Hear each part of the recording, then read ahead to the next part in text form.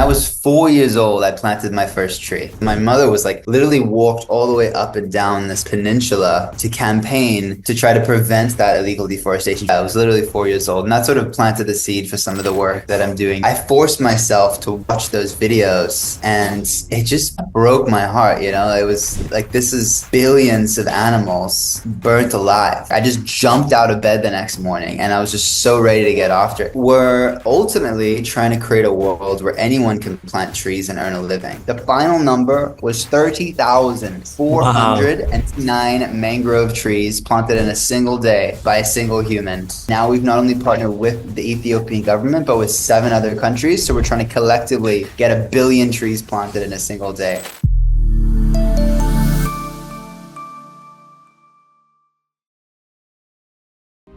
The Trillion Trees podcast hosted by Saad Allahwala. Join the movement. 1 trillion trees by 2030. Tune in for inspiring stories, groundbreaking ideas, and real solutions to tackle climate change. Listen to it. Watch every Saturday, 4 p.m. Make an impact now. Hello, everyone. My name is Saad, and welcome back to the third episode of the Trillion Tree podcast. Today, I have a very special guest. I have Jimi with us. Jimi is working with Tree Gens. He has been, I've been connected with him. We've been texting so many times. He's pinned on the top of my WhatsApp. This guy has amazing energy. And I've really been interested to know more about how it actually started off for him. Um, what happened actually that he came into this industry? He didn't go to Wall Street, or he didn't go to the financial institutions that actually wanted to make money, but actually wanted to solve the global climate crisis and breaking records while doing it, which is just phenomenal. We will hear more accurately about how exactly he did that and what he's been up to. But first of all, thank you so much for your time, Jimi. Second time in a week, um, just to learn from you and see how there's even collaboration opportunities for Trillion Trees and Tree Gens. So again, thank you. So Jimi, I'd really like to start off from where you were born and how was your upbringing? Was there any elements that actually connected to nature that inspired you? Definitely, yeah. So I was born in a little town called Avalon in Sydney, Australia. Um, and my mother was both an artist and an environmental activist. And so when I was 4 years old, I planted my first tree. Wow. And the reason for that is in Avalon, they were illegally cutting down the eucalyptus gum trees to construct apartments and buildings. It was actually against the law. And so my mother was like literally walked all the way up and down this peninsula to campaign to try to prevent that illegal deforestation from happening, because as a result of that, there were different animals like koalas going extinct in the area. Wow. They were endangered. And so not only was I around all of her activism work, campaigning, getting into the news, and using art as a medium to make change, they were also actively reforesting some of those areas with more eucalyptus gum trees. So yeah, I was literally 4 years old, and that sort of planted the seed for some of the work that I'm doing now. But it was really actually in 2019 when it really hit me. You might have seen on the news the forest fires that engulfed Australia. Yep. You know, when a lot of people see like messed up things, they look away or maybe just pay a very brief attention to it. But I forced myself to watch those videos, and it just broke my heart. It was like, this is billions of animals burnt alive. These are sentient beings. They're able to experience pain. And I felt horrible. Like, the world is such a messed up place, and it just broke down. And then I launched a little Facebook fundraiser, back in the Facebook fundraiser days, and we raised a couple $1,000s, and course, it didn't change the whole situation, but it did do something, you know? And I felt this rush of energy inside of me, like it's hard to describe that, but it's just this like, it's just this fulfillment that can just really fuel you, you know? Like I just jumped out of bed the next morning and I was just so ready to get after it. And I've been leaning into that energy ever since. That's what's really fueled me to do things like break the tree planting Guinness World Record and to, you know, I've done other crazy things like live stream 24/7, interviewing a new person every hour for 60 hours straight. I was like hallucinating by the end of it. We were trying to get the attention of Mr. Beast. And now we have 4 points of contact over there with Beast Philanthropy. And we're trying to, you know, really grow a movement around the world. And yeah, like I said, I've been leading into those feelings of fulfillment, aliveness, passion ever since that moment. And that's what's really put me on this trajectory to now break the next record, which is mostly sponsored by any number of people in a day, set by Ethiopia, but now we have a global movement, including Ethiopia, to hopefully make history and put us on this trajectory to regenerate the world. That is phenomenal. I have so we met in Davos. We had a good chat. We met at the party, right? You were telling me about so many different projects that you were up to, and just so much is happening. You've been connected with so many industries as well. But just to get a gist of who is Jimi, what else are you doing? Okay, so yeah, I mean, there's more to it than just tree planting.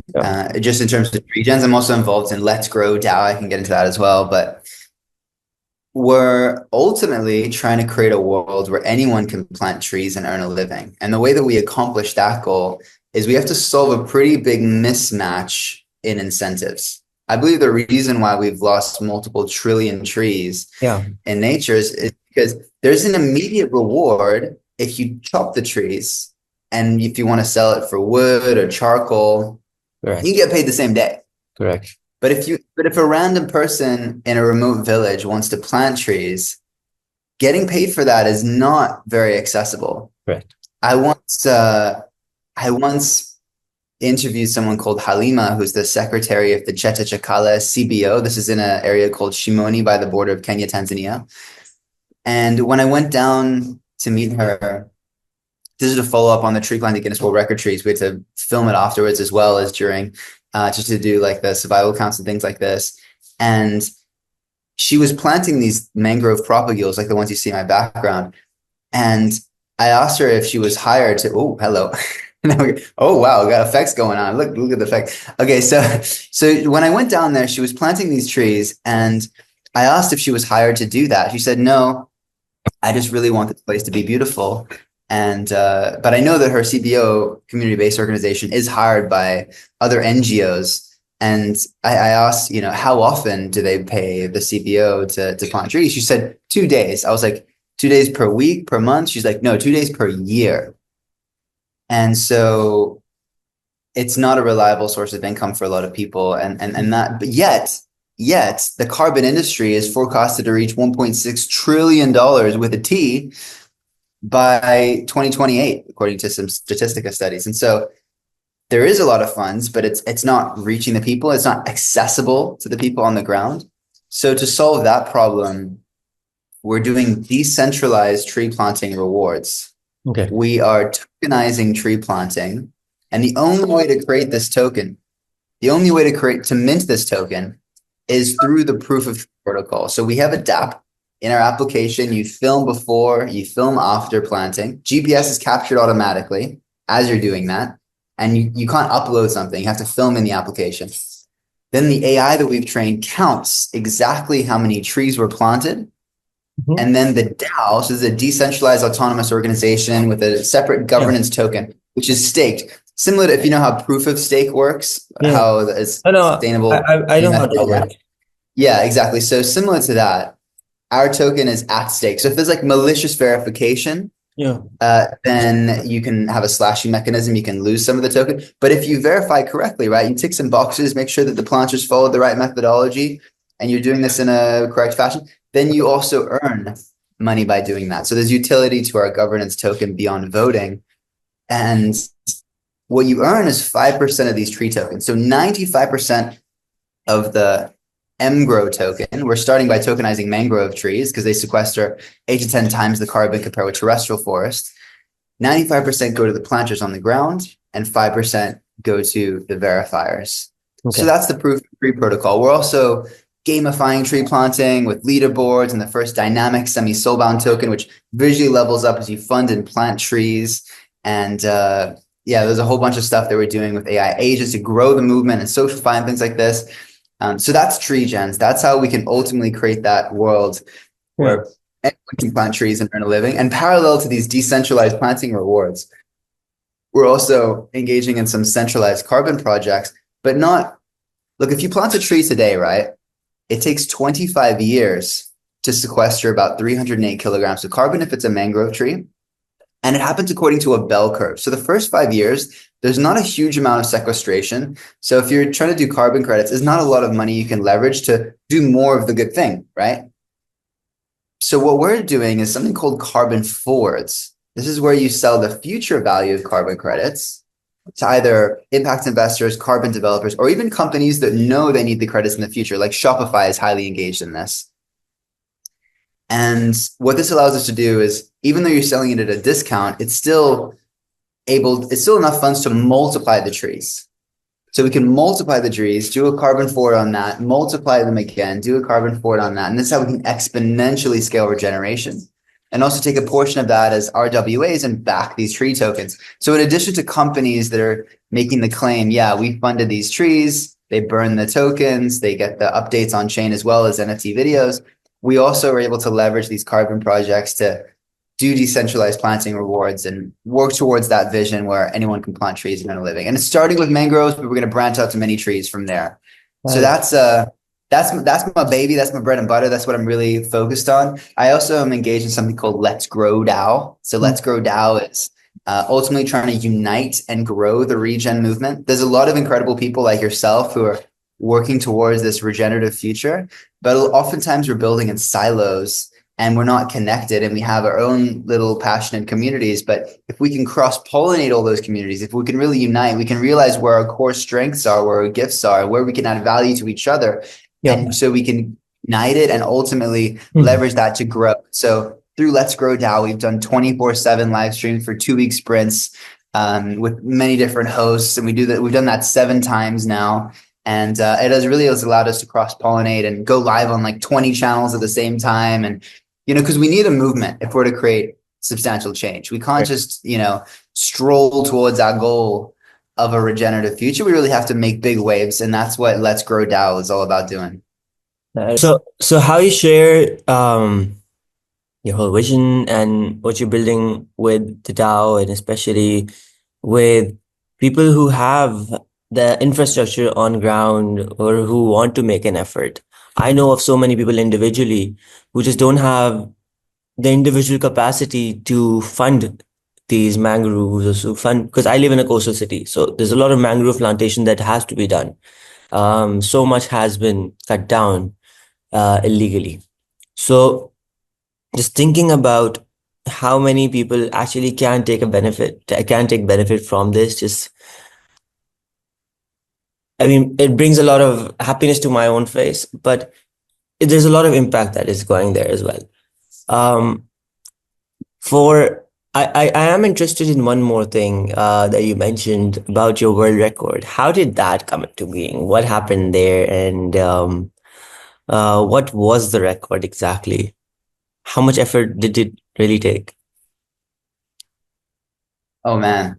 So the official record, according to Guinness World Records, of most trees planted in a day by one person was 23,080 trees. Okay. And this is by Antoine over in Canada. And actually, there were 4 attempts. I talk about 3 personal attempts, but the first attempt was actually by my head of tree planting at the time. And I was speaking with him about this and what the record is, and he's an absolute beast. And so I was with him, I was supporting him, and he managed to beat it. and I saw what was possible. But it wasn't documented for Guinness World Records, and we're just like, you know what? I want to give this a go. And so I started training like a crazy person. This is when I was still in Tanzania, and I managed to get 25,000 plus trees planted in 24 hours. These are mangrove trees, right? So when you stick a mangrove propagule into the ground, it is significantly more efficient than other trees. Of course, it has their own challenges. You're navigating through the mud. You swarmed by mosquitoes, and you have to work with the tides, and you have to do all these different things. So that was my first attempt. That also wasn't for Guinness World Records. We have an AI tree counting tool, so we thought that would be enough to verify it. But turns out, obviously, the Guinness World Records certification is extremely thorough, and it does hold weight. And ultimately, the reason why I was so determined to make that happen is because I knew I could use that as leverage to then go off next world record, right? Which is most trees planted by any number of people in a day. And that's Ethiopia. They got, at the time it was 350 million, and then it was 560, and then they went to 616. Actually, it was 615.7. You can round to 616 million in a day last year. That's how many they managed to plant in a single day last year. And this year it's going to be even more. And so, so my second attempt of this Guinness World Record, we were trying to make it Guinness official, right? So to make it Guinness official, you need two verifiers. So they're keeping tally the whole time, right? They have to be independent witnesses. I kind of worked with them in the past, they kind of any association to me. And one of them has to be a tree planting specialist. And they have to take shifts every 4 hours so that they're sharp to keep tally. But they can only work 4 consecutive hours. And I need to do that for 24 hours. And I'm in a super remote region of Kenya. So my recruitment was super challenging, actually. Like I put the word out to Kenya Forest Service, to all the different NGOs that I knew. And I was trying to get everyone. And we finally got everyone together. Right? And also, not only that, we have to film for the full 24 hours. If it's not captured on video of me filming, of me planting directly, then it doesn't count, right? And so we're filming, and this is let me get rid of that. So we're filming, and this is in the Kenyan summertime, right? The heat, the sun was just beating down on this camera, and it actually ended up overheating, and the inverter fried, and we lost several gigabytes of footage. And so like, oh, that was like, couldn't get verified because I only just barely beat it this time. This time it was like 20. We had some more challenges navigating, and the lunch break was a little long, and I just barely broke it by like 100 propagules, and we lost several gigabytes, so we couldn't do it. So the third time is the charm, right? This time I was so over prepared. I was like literally doing hundreds of jumping squats every day. Every time I had to go somewhere, I would like lunge there, just to be extra prepared, right? I wanted to blow past that record, like just absolutely obliterate it. And so I had 6 videographers, 6 people filming all the time. They were taking shifts, but we had multiple cameras, right? And so, but this time, the recruitment, all right, we had all the people, but some of the people showed up late. Some didn't even show up at all. But thank goodness we also hired Kenya Forest Service. We had like a dozen official Kenya Forest Service people there who are tree specialists, and it wasn't going to be their job to keep tally. But since other people didn't come through, thank God we had that backup plan, and they were able to actually come through and keep the tally. So we got it in the end. The final number was 30,409 mangrove trees planted in a single day by a single human. And as far as I know, that's more trees than any other human has planted in history in a single 24-hour period. And it's not to boast or even to that 30,000 trees is going to change the world. It's because what we can do with that, it's allowed us to form partnerships with Ethiopia, because Ethiopia is the leaders in this, right? Like they got 616 million trees practically in a day. And but they weren't able to make it Guinness official. They had some challenges working with Guinness. So when they saw that I had a Guinness World Record, it made it very easy to partner with them. And now we've not only partnered with the Ethiopian government, but with 7 other countries. So we're trying to collectively get 1 billion trees planted in a single day. And Wow. just like the 4 minute mile, right? Everyone thought it was impossible to run a full mile in 4 minutes, right? But the first time that someone did it, dozens of other people did it that same year, and now tens of thousands of people have done it, even high school students, right?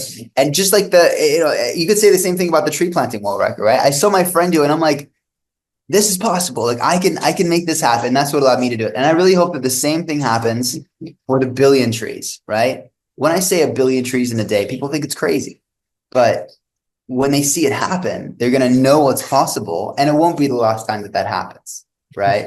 So we're going to have a lot of forward momentum, and we're going to do that a bunch of times. And the next goal will be 8 billion in a day, right? One for every human. Why not?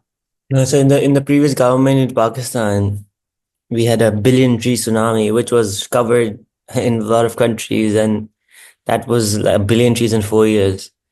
And at that time, that was a huge number, but now Ethiopia, it just crossed Pakistan tremendously for that. Because I really want to understand what your vision is here for global change. Yes, there are ways to motivate people. There are ways to really push people to do more, such as the World Record, to really prove people wrong that okay, this can be done. So that's really motivating for a lot of people. But globally, just planting trees, just doing with trees is not enough. There's so many more things that have to be done simultaneously to solve the climate crisis. Um, First of all, I really want to ask you if that is even a priority that you guys are looking at, because again, so many people are doing so much.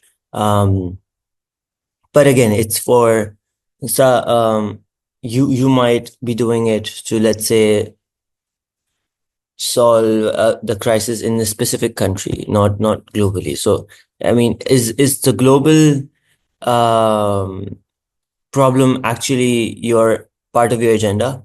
And secondly, if so, then how do you see it actually getting shaped by actually meeting so many people?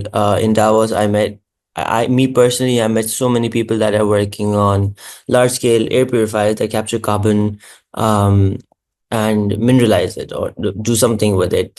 Someone even gave me a business card that was made out of carbon captured from the atmosphere. There was a company from Japan in Davos at the same event. S- Um, I was just watching a documentary yesterday about seaweed farming, about how it has the capacity to capture 1 gigatons of carbon only by planting seaweed in the Atlantic. There's a company based out of London that's doing that. Um, there's mixed thoughts about tree plantation. I mean, there's just so much information out there that people do get confused.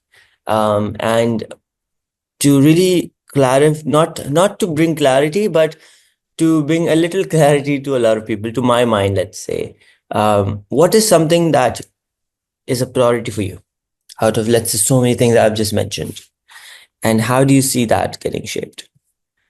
Priority for me is scale, right? Scale.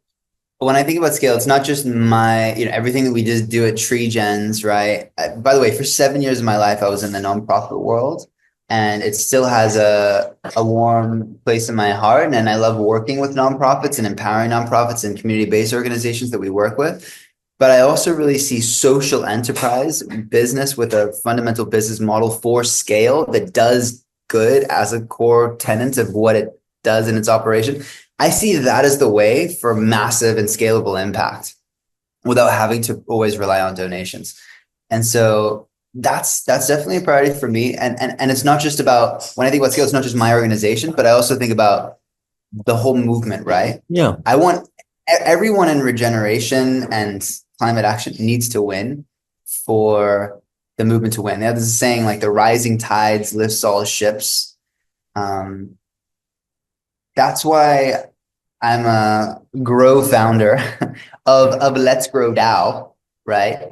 Which is really all about empowering the broader movement and facilitating collaboration within the broader movement, giving them exposure, giving them connection to resources. I've done something called funding the regenaissance, is an event. It's kind of like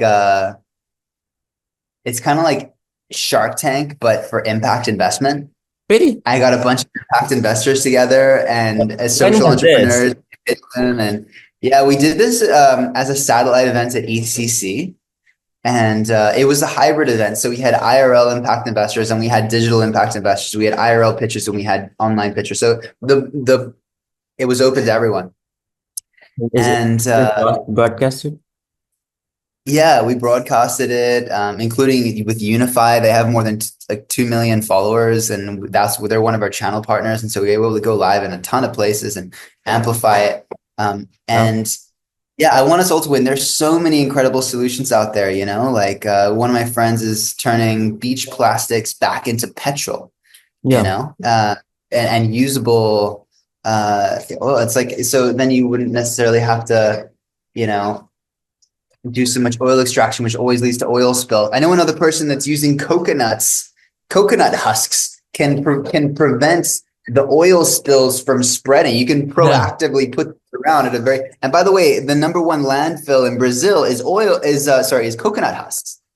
And that's leading to all this methane. And you can prevent that by using the coconut husk in all these other different products. Is that really And coconut husk is a landfill?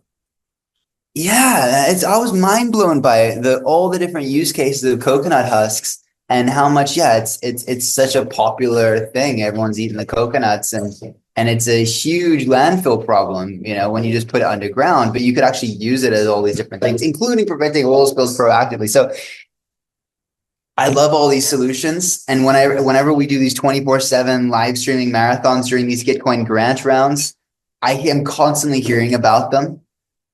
And I genuinely want them all to win. And so I'm always trying to make connections for people. I just met a bunch of impact investors in Dubai, and now I'm trying to connect those with other people that I know that are doing great things so that they can get fun and do more stuff. It's super collaborative, the impact space, right? The regenerative space, because tree gens is not going to solve the climate crisis. Hate to break it to you. I mean, we could be ultimately successful. We could do so many billions of trees, but we need many solutions to win. Right. And that's ultimately what we all want. And so when you say you're trying to do 1 trillion trees and work with Fortune 50s and 500s, it's like, okay, how can we jam on that? How can we collaborate? Well, my brother's doing amazing lead gen stuff, connecting people. Maybe that could help you, explore that. I love you can come to Ethiopia. Freaking amazing. Let's do this thing together. No, I am doing that. Let's freaking grow. I'm super open-minded to all the different potential ways of collaboration with you and with everyone in the movement, whatever. If anyone's listening to this, yes, and I can help you in it, let me know, right? At Jimi Cohen or at the Tree Gens on X. I actually plant a tree for every follower, so let's grow. But to reach out to me and I will be of support in any way humanly possible. That's a big priority of mine. Beyond my own startup is trying to support the broader movement. No, definitely. You're going to be tagged on every single one of the shorts or the podcast or everything. We'll see how to put more information out there or some clarity for people to really have before actually reaching out, so they get their answer before actually really messaging you at all. I do really want to thank you for your time and for the work that you're doing. It's phenomenal and extremely inspirational for me and for so many people that are definitely listening to this podcast. I will personally even share it with so many people just because the potential that there is. And, the main thing that I've seen by talking to you and really observed has been that thinking small is not an option. So you are thinking big, and we're thinking about the global crisis and you're finding solutions around that. And you have a lot of positive attitudes. That's really important. But really, today in societies that are outside, under my own experience, outside the top 20 countries, let's say, of the world. People do have lost a lot of hope. So just thinking about what is something small that they can do, taking your mother as an example, even um, of just going out and actually taking things in your own hands, even if it's planting just one tree, or it's not polluting methane out of cow dung from at least one cow that itself produces 20 kilograms in a day, and reusing that, let's say, for methane consumption within the house. So you're not using natural gas. There's so many ways out there that can collectively solve the global climate crisis. And we need more awareness around that. We need solutions that are, again, not that not profit is not essential or important at all. I again, my house, my family itself does so much not for profit work, but we always think that the solution comes from business. And if there's something that can create a monetary value for someone, it can grow. And that's how you scale or replicate it in different regions or within a specific region to create scale and impact. So that's what my focus is going to be for the next 5 years with Trillion Trees, to provide, create, or find different models that can be scaled, can solve the climate problems, and bring some kind of effort towards them. So thank you so much for your time. I don't know if I've missed out on anything at all. If there's something that you feel that there has been, please do share. So we can share that as well. You mentioned something small that people can do. Yeah, Everyone eats fruit, right? correct. I hope so. I hope you're eating some fruit. All right. So something small you can do is you can take a seed of fruit, right? You can put it in a moist, dark, napkin or tissue, and you can germinate that and you can plant it, right? Like that's something that doesn't cost people anything. And this is one way that you can plant a tree or a bunch of trees. There's a tradition in my house, where my mother is, that we never like throw these seeds away. Like we're always keeping like avocado pips and all these different seeds, because yeah, you can grow that, and that's and once that thing does bear fruit, it's a beautiful moment, and you know that it is making some difference. And if everyone did that, we would live in a very beautiful world. So if you're watching at home, it's a very easy thing to do. You can follow Jimi Cohen, JimiCohen, at the Tree Gents. That's 2 trees right there. And let's grow. Amazing. No, definitely. I think I'll commit to the planting a tree for every follower as well. I've planted more Nice. than that Okay. already, so I think I'm a little above that for now. But I guess, yeah. Let's see. Every Let's tree grow. for a It's a good follower. thing to Let's do do. that. It's motivating. Yeah. It makes people take the action, and it's a beautiful way to do the dedications. So what's your handle one more time? Saad Allahwala. So it's a little difficult, but Okay, got Saad it. is, Okay. Well, yeah, it's on the screen there, so I yeah. got it. Allahwala. Okay, on X too, right? Or I don't Instagram? use Where X where so you much. Instagram and LinkedIn. IG? IG, LinkedIn. Okay, I'm gonna follow you there. Make sure I do that if I haven't already. And great speaking with you as always, man. Like, I'm really looking forward to planting some trees with you in Ethiopia when this oh world yeah. record happens. And it's gonna be absolutely It, legendary. So thank you, brother. Perfect. No, I think and when I am there and see you there, we'll do a physical podcast or some kind of a video together, just so we can see that we're together and doing something. So just for that. But like, yeah, again, thank Yeah. you so much for your And we time. should get other leaders, right? Yes. Let's get the prime minister hopefully on there. He started this whole green legacy initiative. Dr. Adafiris is one of the leaders of it. He's a great guy. We're gonna get him on a podcast. So yeah, let's do some IRL stuff for sure, and use that as leverage to keep growing this movement, man. Let's grow. Thank you. Let's go. Thank you so much for your All time. right. Bye. Yes, Saad. All the best, brother.